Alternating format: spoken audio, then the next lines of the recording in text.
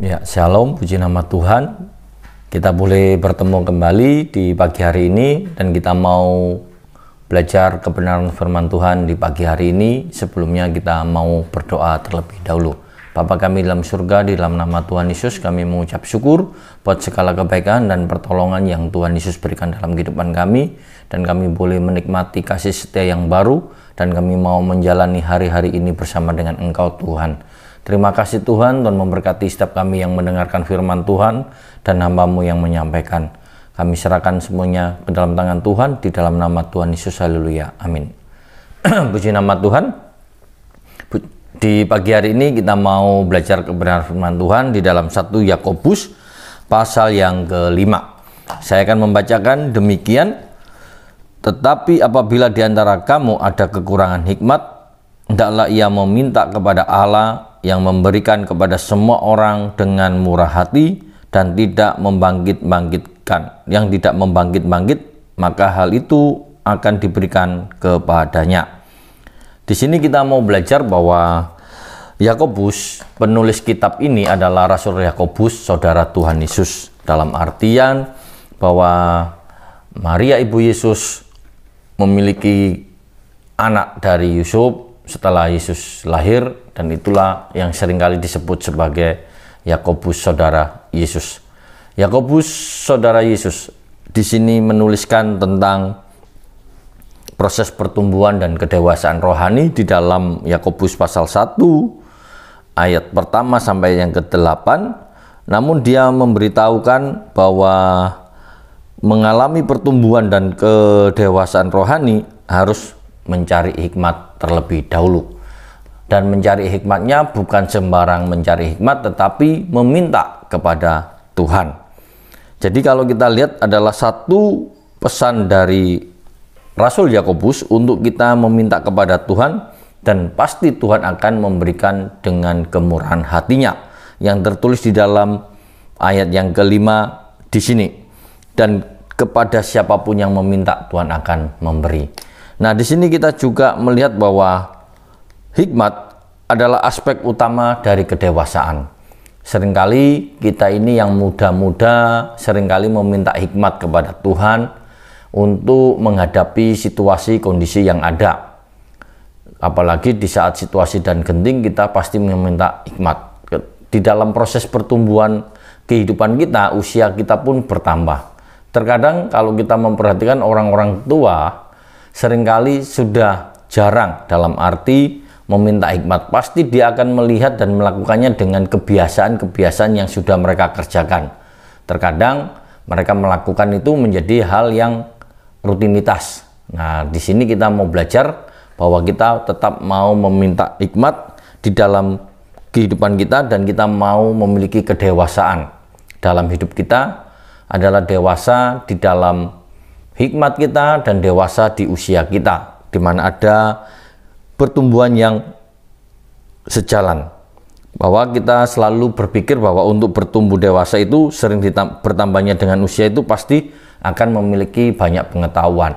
Nah, banyak pengetahuan yang dialami oleh setiap orang itu adalah pengalaman-pengalaman. Tetapi kalau kita meminta hikmat dari Tuhan, maka di situ kita akan lihat bahwa hikmat dari Allah itu melahirkan perbuatan kelemah lembutan, di mana kebenaran yang Tuhan berikan kepada kita itulah yang kita terima, dan kita bisa memiliki damai sejahtera di dalam kehidupan kita, dan Tuhan memberikan kepada kita damai di dalam kita memperoleh hikmat, maka kita menjadi orang-orang yang bisa memiliki buah roh atas hidup kita.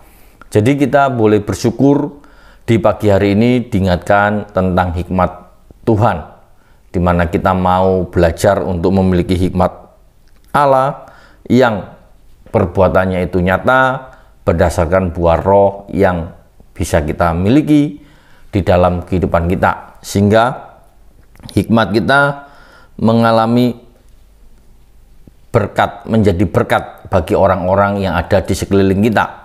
Karena itu kita jangan mengabaikan hikmat yang daripada Tuhan. Apa yang dinasihatkan oleh Rasul Yakobus, di sini kita bisa belajar untuk memiliki pertumbuhan dan hikmat rohani yang berjalan sejalan dengan rencana Tuhan, di mana kita boleh memiliki pengetahuan tentang Allah di dalam kehidupan kita semakin dekat dengan Tuhan, dan kita bisa semakin mengenal Tuhan itu lebih baik lagi di dalam kedekatan kita melalui hikmat yang Tuhan berikan kepada kita. Karena dengan hikmat itulah Tuhan memperlengkapi dan pengetahuan kita supaya kita ini terus memuliakan Tuhan di dalam kehidupan kita. Sehingga saat-saat kita mengalami banyak pergumulan dan tantangan, maka kita mau meminta hikmat. Ada yang mengatakan bahwa orang yang kadang-kadang kekurangan hikmat diajar untuk meminta hikmat. Demikian juga dalam kehidupan kita, kita harus senantiasa meminta hikmat Tuhan. Dan kalau kita lihat apa yang pernah terjadi di dalam kehidupan Raja Salomo, ketika dia menjadi seorang raja masih muda, dia meminta hikmat dengan sungguh-sungguh. Ketika dia sudah diberkati, kita bisa melihat akhirnya Salomo tidak pernah meminta hikmat lagi di dalam setiap mengambil keputusannya. Nah, di sini kita boleh belajar renungan di pagi hari ini membawa kita untuk meminta hikmat.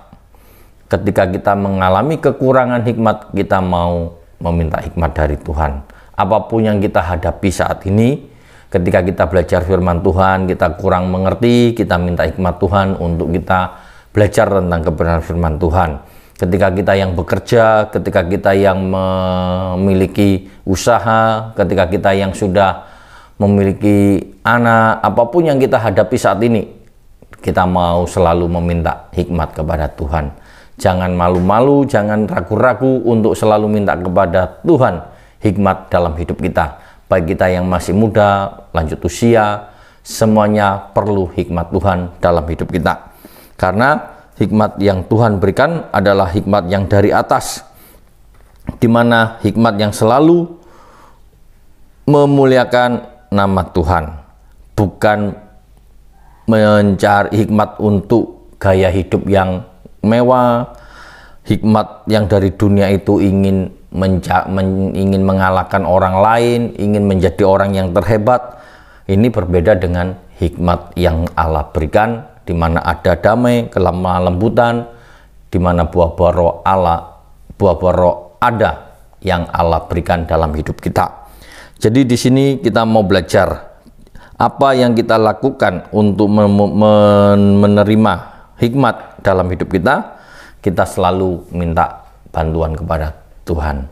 Kebenaran firman Tuhan di pagi hari ini mengajarkan kita untuk senantiasa memiliki hikmat dari Tuhan, karena dengan hikmat Tuhanlah kita bisa menjalani kehidupan kita, di mana kehidupan kita semakin susah, semakin berat, hanya dengan hikmat Tuhanlah yang bisa memampukan kita menyelesaikan persoalan-persoalan kita dengan hikmat yang Tuhan berikan. Dan di pagi hari ini, kalau kita saat ini mengalami berbagai macam kesulitan, kesukaran, kita mau datang kepada Tuhan dengan kerendahan hati, kita mau minta hikmat kepada Tuhan. Biarlah firman Tuhan di pagi hari ini menjadikan kita anak-anak Tuhan untuk selalu meminta hikmat Tuhan sebelum kita melangkah, sebelum kita bertindak. Kita minta hikmat Tuhan. Mari kita berdoa. Bapa kami dalam surga, di dalam nama Tuhan Yesus kami mengucap syukur buat segala kebaikan dan pertolongan yang Tuhan berikan dalam hidup kami, bahwa Tuhan sungguh sangat baik dan Tuhan sangat mengasihi kami dengan memberikan kepada kami hikmat. Tuhan memberkati setiap anak-anak Tuhan yang mendengarkan firman Tuhan di pagi hari ini. Biarlah mereka semuanya boleh belajar senantiasa untuk mencari hikmat Tuhan di dalam kehidupan mereka setiap harinya. Terima kasih Tuhan, Tuhan memberkati apapun yang kami kerjakan sepanjang hari ini, apapun yang kami perbuat, biarlah untuk kemuliaan dan kebesaran nama Tuhan. Di dalam nama Tuhan Yesus, Tuhan memberkati apapun yang kami kerjakan, jadikan kami untuk bisa berhasil. Di dalam nama Tuhan Yesus, haleluya, amin.